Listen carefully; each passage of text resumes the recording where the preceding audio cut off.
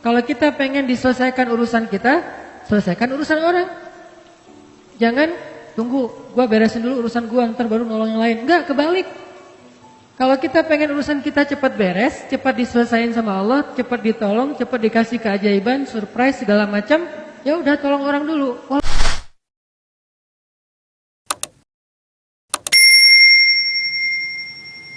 Jadi angle saya ngelihatnya kalau kita pengen bantu orang, jangan hanya nunggu pas kita mampu. Pas kita punya rezeki lebih. Walaupun kaidah agamanya kayak gitu. Kan dalam Islam itu ada syariat, nanti di atasnya ada ihsan ya. Kalau syariatnya kita nggak boleh berinfak lebih daripada misalnya sepertiga harta kita tanpa seizin keluarga. Tapi Abu Bakar berinfak seluruh hartanya. Umar berinfak setengah hartanya. Kok melebihi standar syariat? Ya karena keluarga Abu Bakar, keluarga Umar, bukan hanya beliau berdua tapi juga keluarganya, istrinya, anak-anaknya, semuanya derajatnya tuh udah wafa. Derajatnya udah muhsin, orang-orang yang berihsan. Sehingga mereka melakukan sesuatu lebih daripada standar umum yang dilakukan orang lain. Nah, saya ngelihat ternyata menurut saya tuh kalau kita pengen bantu orang, jangan nunggu punya kemampuan. Kalau kita pengen nolong orang, jangan nunggu kita dikasih rezeki yang lebih. Tapi sebaliknya, kalau kita pengen dapat rezeki yang lebih, tolong orang. Kalau kita pengen dimampukan, bantu orang. Kalau kita pengen diselesaikan urusan kita, selesaikan urusan orang. Jangan tunggu, gua beresin dulu urusan gua, ntar baru nolong yang lain. Enggak, kebalik. Kalau kita pengen urusan kita cepat beres, cepat diselesain sama Allah, cepat ditolong, cepat dikasih keajaiban, surprise segala macam, ya udah tolong orang dulu. Walaupun kita dalam kondisi susah, justru itu kesempatan buat kita. Karena hadisnya jelas, Nabi SAW mengatakan, "Man kana fi hajati akhi, kana Allahu fi hajati." Siapa yang menyelesaikan hajat saudaranya atau sibuk mengurus hajat saudaranya, Allah juga akan sibuk mengurus hajat dia. Lebih canggih mana nih? Kita nyelesain masalah kita sendiri atau Allah yang nyelesain masalah kita? Allah yang nyelesain masalah kita. Jadi biar Allah yang beresin masalah kita, tugas kita adalah beresin masalah orang lain. Kayak gitu kaidahnya. Dan itu bukan hanya hadis motivasi. Saya menjadikan semua ayat dan hadis yang saya tahu itu sebagai konsep berpikir, bukan sekedar hadis motivasi. Baca hadis kemudian memotivasi, ayo tolong orang lain, tapi jadikan itu konsep berpikir. Apa bentuk konsep berpikirnya? Begitu kita punya masalah, nyari orang yang juga sama punya masalah. Lo punya masalah enggak? Enggak ada. Kok enggak sih? Cari. Lo punya masalah enggak? Siapa yang punya masalah tolong DM saya. Siapa yang punya masalah tolong WA saya. Siapa yang punya masalah tolong japri saya. Akhirnya berudul banyak banget kan yang datang. Oh, saya punya masalah. Pilih salah satunya yang kita mampu. Kadang-kadang yang kita tolong itu bukan yang paling darurat, bukan yang paling besar, bukan yang paling sulit, tapi yang paling mungkin kita lakukan. Ini hal yang wajar, jadi kita nggak boleh juga menjudge orang lain. Ah, lo kerjaannya bantu yang kecil-kecil, yang receh-receh. Ya, siapa tahu dia yang receh tapi ikhlas. Dan kita yang mungkin istimewa banget, nggak sanggup jaga keikhlasan kita kan. Kayak cerita bab ikhlas kemarin. Ada 2 orang beramal, yang satu sholatnya standar, yaitu sholat wajib doang. Yang satu lagi plus qobliyah, ba'diyah, duha, tahajud. Mana lebih baik? Yang plus dong. Wajib plus sunnah. Lebih baik yang plus. Tapi kadang-kadang yang plus ini ujian keikhlasan, ujian rianya juga lumayan luar biasa. Kalau yang standar apa yang mau diriain? Kayak hafalan Al-Quran. Yang satu hafal trikul. Yang satu lagi hafalnya Al-Baqarah, Ali Imran, An-Nisa, Al-Maidah. Wah, setengah Al-Quran, 15 juz. Mana yang lebih utama? Pastinya yang lebih banyak hafalan. Tapi paling banyak hafalan justru ujian rianya lebih berat, lebih besar. Kalau dia baca Quran di dalam sholat, pasti dia akan diuji oleh setan, yuwaswis. Mereka pasti gak bisa ngeralat kalau lu salah. Jadi tenang aja. Karena suratnya Di tengah-tengah gitu dia baca ayat yang saya juga gak terlalu hafal lah, pokoknya di tengah-tengah Quran gitu ya. Contoh yang mungkin yang paling saya sering ulang tuh kayak surat favorit saya, surat Maryam. Wadhkur fil kitabi Maryam idin tabadat min ahliha. Di belakang tetap diam. Idin tabadat min ahliha. Diam aja di belakang. Kenapa gak hafal? Sama nih. Kan agak-agak yuaswis tuh. Tuh kan bener. Susah emang surat itu, yang lain gak pada hafal. Jadi biasa aja kali gitu.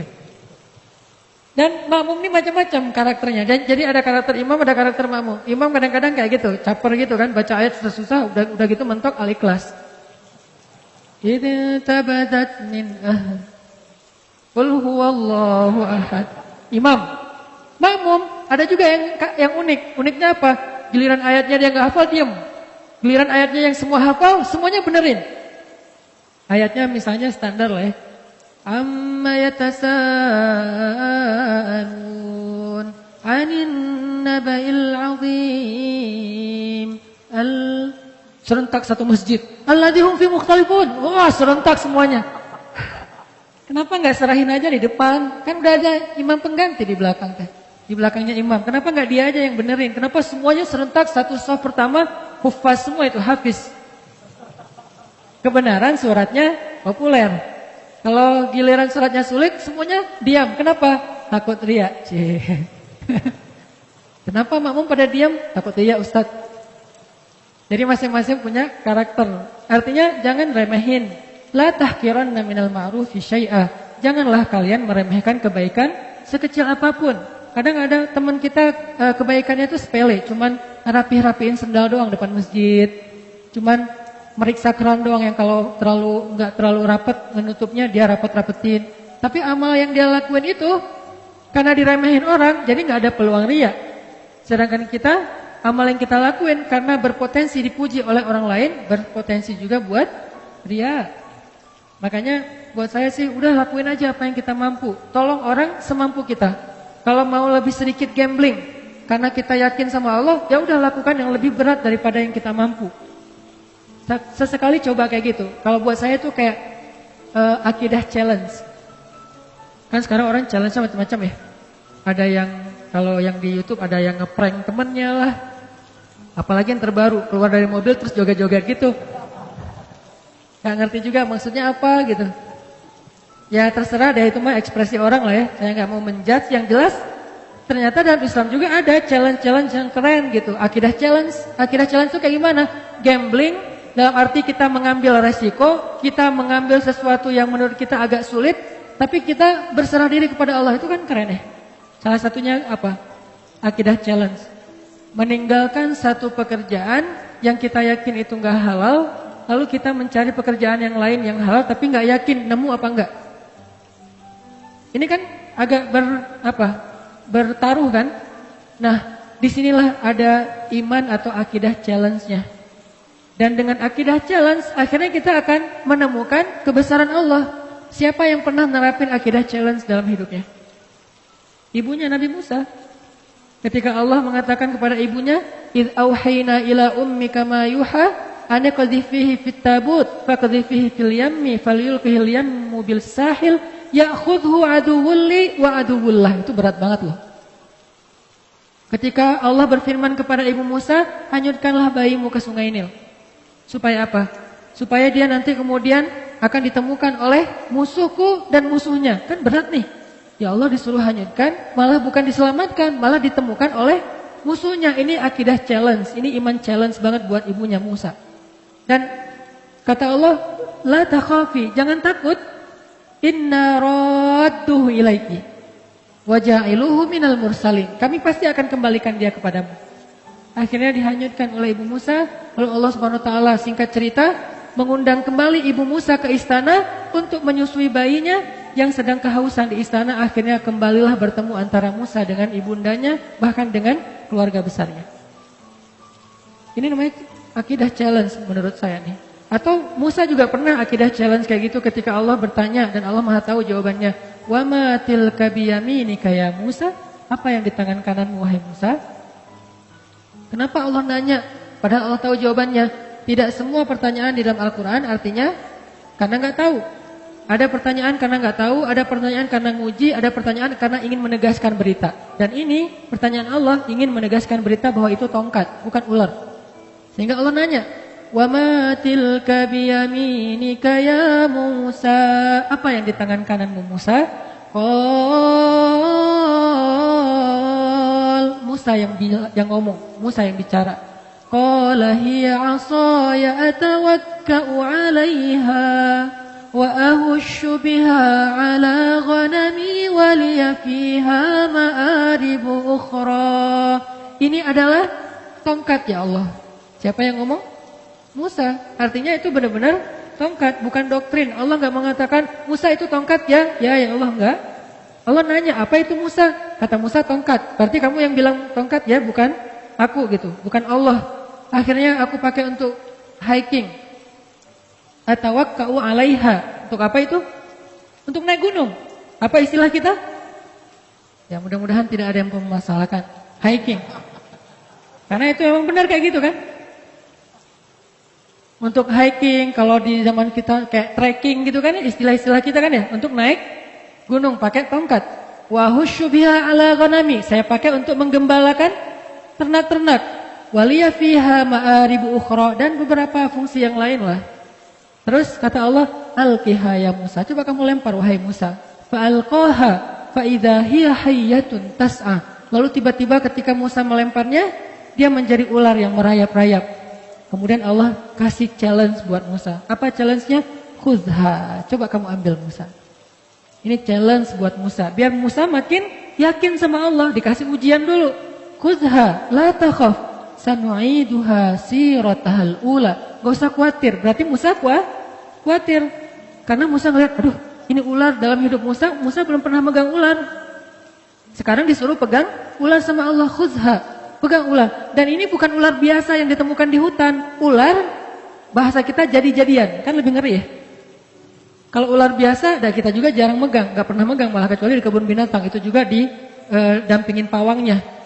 Ya gak masalah nih gak masalah. Oh ya udah. Begitu dia agak-agak ularnya iseng dikit, Pak ini kenapa nih heboh gitu, panik gitu, agak-agak norak gitu kan ya. Megang ular di kebun binatang norak, gimana di hutan gitu. Jadi jangan meremehkan Musa yang khawatir. Kenapa Musa khawatir? Wajar. Pertama, itu ular liar yang bukan di kebun binatang, gak ada pawangnya. Kedua, itu ular bukan dari semak-semak, dari tongkat. Kan aneh. Kalau dari semak-semak, ular biasa mungkin Musa gak takut. Karena Musa seorang laki-laki yang perkasa. Tapi ini ular dari tongkat. Jadi kalau kita mau pakai nalar, kenapa Musa takut sama ular gituan doang? Karena ularnya bukan ular yang biasa, tapi ular yang berubah dari tongkat. Jadi kayak jadi-jadian gitu. Waduh, ini ular dari tongkat jadi ular. Gimana megangnya ntar kalau ada apa-apa gimana? Musa khawatir. Kata Allah, la takhaf. Jangan khawatir. Sanu'iduha siratahal ula. Ntar kami balikin lagi kepada bentuk aslinya. Ini akidah challenge buat Musa. Kalau bahasa teman-teman yang ngajinya mungkin lebih lebih dalam, istilahnya rububiyah, uluhiyah, asma, sifat dan seterusnya. Kita menerjemahkan, bukan mengubah istilah, akidah challenge. Dipegang sama Musa dikit, langsung berubah lagi menjadi tongkat. Maka bertambahlah iman Musa. Bertambahlah. Arti bertambah iman apa? Bertambah percaya sama Allah. Bertambah yakin sama Allah. Nanti kalau dikasih challenge yang lain, udah sanggup. Challenge berikutnya apa? Challenge berikutnya adalah idhab ila Fir'aun innahu tagha. Pergilah kepada Fir'aun, dia itu jahat banget. Itulah challenge yang lebih berat daripada megang ular. Tapi Allah kasih challenge yang kecil dulu biar Musanya makin yakin. Ini artinya teman-teman, kadang-kadang ketika kita ngambil sebuah pilihan yang sulit, kita agak sedikit gambling dalam hidup kita, tapi bersandar kepada perintah Allah, larangan Allah, kehendak Allah, apa yang Allah mau, syariat Allah. Di situ kita belajar iman, termasuk nolong orang lain. Sehingga kata Nabi, man kana fi hajati akhi, kana Allahu fi hajati. Siapa yang sibuk ngurus hajat saudaranya, Allah juga akan sibuk ngurus hajat dia. Termasuk nanti banyak sekali hadis-hadis yang lain yang senada atau semakna dengan ini. Ini artinya angle-nya buat saya, kalau kita punya masalah, tolong orang yang punya masalah. baru Allah tolong kita. Kalau kita pengen ditambahin rezeki, tolong orang dalam menyelesaikan masalah keuangan dia atau harta dan seterusnya. Jadi bekerjalah kepada Allah. Paling gampang tuh nyari kerja ke Allah loh. Nyari kerja ke perusahaan belum tentu diterima. Kalau ke Allah diterima enggak? Pasti diterima. Allah enggak pernah nolak. Orang yang pengen bekerja kepada Allah artinya pengen beramal, Allah enggak pernah nolak. Kenapa saya mengistilahkan bekerja? Dan Allah juga mengistilahkannya kayak gitu, berdagang. Ya ayyuhalladzina amanu hal adullukum ala tijarah. Mau enggak aku tawarin kalian satu tijarah, satu bisnis, satu perdagangan, satu kerjaan, satu project kalau bahasa kita. Berarti kadang kita berdagang dengan Allah, bertransaksi dengan Allah. Gimana bertransaksi dengan Allah? May yuqridullaha qardan hasanan. Siapa yang meminjamkan kepada Allah pinjaman yang baik, nanti Allah balas berlipat ganda. Bukankah itu transaksi? Baik, jual beli yang tidak akan mungkin rugi. Banyak lagi ayat-ayat yang lain yang bahasa analoginya adalah bahasa dagang atau bisnis. Jadi kalau mau dapat kerjaan yang paling gampang, tapi bayarannya itu bukan UMR, berapa ribu kali lipat UMR, dan kerjanya itu mulia banget, kita bukan cuma dapat upah, tapi juga kita dapat kehormatan, bekerjalah kepada Allah. Itu paling luar biasa, gampang banget. Kerjanya apa? Saya nggak punya kemampuan apa-apa, saya nggak punya kapasitas, saya nggak punya keahlian. Keahlian yang dibutuhkan itu bukan punya sesuatu, enggak. Apapun yang ada dalam diri kita yang kita bisa lakukan untuk bantu orang lain, itu keahlian. Sekedar apa? Mungkin sekedar repost, sekedar ngajak teman, sekedar, bukankah kita bisa ngelakuin banyak hal untuk bisa membantu orang lain? Kalau kita nggak punya uang, kita nggak usah ngasih uang. Kita ajak orang yang punya uang untuk memberi uang kepada dia. Kita jadi mediator. Bekerjalah kepada Allah, pasti diterima sama Allah. Terus diupahin sama Allah? Ya. Karena dalam bahasa Al-Quran, Allah mengistilahkannya dengan jaza, dengan ajrun. Jaza artinya apa? Balasan. Ajrun, upah, pahala. Sama kan? Balasan, upah, pahala, itu semuanya sama. Berarti kalau kita pengen dapat kerjaan nih, paling gampang kerja aja sama Allah. Jadi udah gak ada lagi pengangguran di muka bumi ini kalau dia yakin kepada Allah. Tinggal kita, ya Allah, saya nih lagi bawa, dalam analogi kita nih, lagi bawa map. Ngapain? Cari kerja. Ke siapa? Ke langit. Caranya? Kita datangin orang miskin. Caranya datangin anak yatim. Caranya datangin orang-orang yang membutuhkan. Kalau zaman Nabi dulu, Rasulullah SAW itu, Khadijah bilang, Rasulullah itu adalah laki-laki yang yang mengayomi anak yatim, orang miskin, orang tua, janda-janda yang ditinggalkan wali-walinya. Nabi yang menafkahi mereka. Sehingga inilah bentuk dari ekspresi syukur kita kepada Allah Subhanahu wa taala. Coba kita ingat dulu, siapa yang bisa saya bantu? Siapa yang bisa? Jadi analoginya adalah cara berpikirnya adalah kalau kita pengen ditolong oleh Allah, tolong orang lain. Kalau kita pengen dikasih rezeki oleh Allah, kasih rezeki untuk orang lain. Dan Allah pasti akan ngasih kita upah lebih gede daripada semua upah yang pernah diberikan oleh manusia. Jadi seorang kurir, jadilah kurir langit. Gimana menjadi kurir langit? Cari orang yang lagi pesen, lagi order rezeki, lagi order bayar hutang, lagi order berobat, kan dia lagi order tuh. Cara ngordernya gimana? Ya angkat kedua tangannya. Ya Allah, saya punya banyak hutang. Ya Allah, anak saya sakit. Ya Allah, ya Allah, ya Allah. Mereka kan lagi order kebaikan kan ke langit. Nah, kadang-kadang Allah mengetuk kita untuk jadi kurir Allah. Kayak tadi misalnya saya lagi ngeliat gitu di story gitu, muncul karena ada muka saya di situ ya saya klik gitu ya. Kok ada muka saya di sini? Kayaknya banyak banget muka saya akhir-akhir ini gitu. Saya klik nih. Alhamdulillah gitu ya. Saya klik, apaan sih ini, kepo gitu kan. Oh ternyata lagi ada perdebatan kecil tuh antara pro dan kontra. Saya baca komennya satu-satu kan. Di antara sekian banyak komen yang pro dan kontra, tiba-tiba ada satu komen yang agak-agak kurang nyambung sebetulnya. Ada yang komen, anak saya butuh uang untuk belajar, untuk beli buku diktat sekolah dan gak punya biaya. Kenapa tiba-tiba Allah takdirkan saya ngeklik itu, terus saya ngelihat komennya? Karena Allah lagi ngasih saya kesempatan jadi kurir kan gitu kan. Di antara sekian komen, ini aja yang saya fokus. Saya langsung DM orangnya, Pak, Bapak di mana? Ternyata di NTB, di Lombok. Bapak butuh apa? Saya hanya butuh biaya untuk buku anak saya. Masya Allah nih orang luar biasa ya. Nggak mengatakan saya butuh uang sekian, enggak. Hanya untuk biaya buku. Artinya saya misalnya kalau saya mau, saya akan bayar ke sekolahnya. Anaknya dapat buku, nggak akan saya kasih uang. Biar manfaatnya lebih jelas. Kecil sih. Tapi kan kenapa Allah takdirkan tiba-tiba saya baca postingan itu, saya lihat komen-komennya, mungkin cara Allah ngegelitik saya itu lewat penasaran, pengen tahu ada kehebohan apa, terus nemu di antara sekian kan banyak tuh, ada ratusan, baca satu-satu, kadang senyum, kadang kayak cemberut gitu, apaan sih nih, apa, satu-satu, ada yang unik nih, gak nyambung komennya, anak saya butuh biaya sekolah, langsung saya coba DM, dan ini sering terjadi dalam hidup kita teman-teman. Jadi gak perlu kita cari juga, Allah yang kayak ngorder ke kita. Orang tuh ngorder, Allah nge-link kayak sistem startup ya. Jadi kayak social respon gitu. Dia ngorder, terus kita kayak driver yang lagi dekat sama lokasi itu, tiba-tiba masuk ke kita, apa kayak notifnya, udah kita tinggal mau apa enggak ngambilnya nih. Kalau kita pikir, aduh jauh banget nih, kan saya sering pesan mie Aceh ya, di Buah Batu, tapi tinggal Cihanjuang. Udah diambil, ternyata pas tahu Cimahi ditolak lagi, aduh kecewa banget nih ditolak. Tapi masih mending lah daripada ditolak mantan, masih. Cuman sampai berkali-kali ditolak gara-gara ngordernya di Cimahi, barangnya ada di Buah Batu, kan orangnya males. Padahal insya Allah pasti saya akan ngasih lebih, saya tahu lah jauh banget, kasihan kalau cuman sekian ribu, kadang-kadang cuma 30.000, ya udah digenapin 31.000 misalnya. Ganjil nggak genap. Maksudnya ditambahin lah 1.000 ongkos capek misalnya. Nah ini kadang-kadang kita pikir, aduh jauh banget. Kita mau klik gak sih? Allah nggak lagi ngirim nih. Ada yang order, terus muncul notif di kita. Ini analogi lewat digital startup kayak gitu. Ada notif ke kita, mau diambil nggak nih?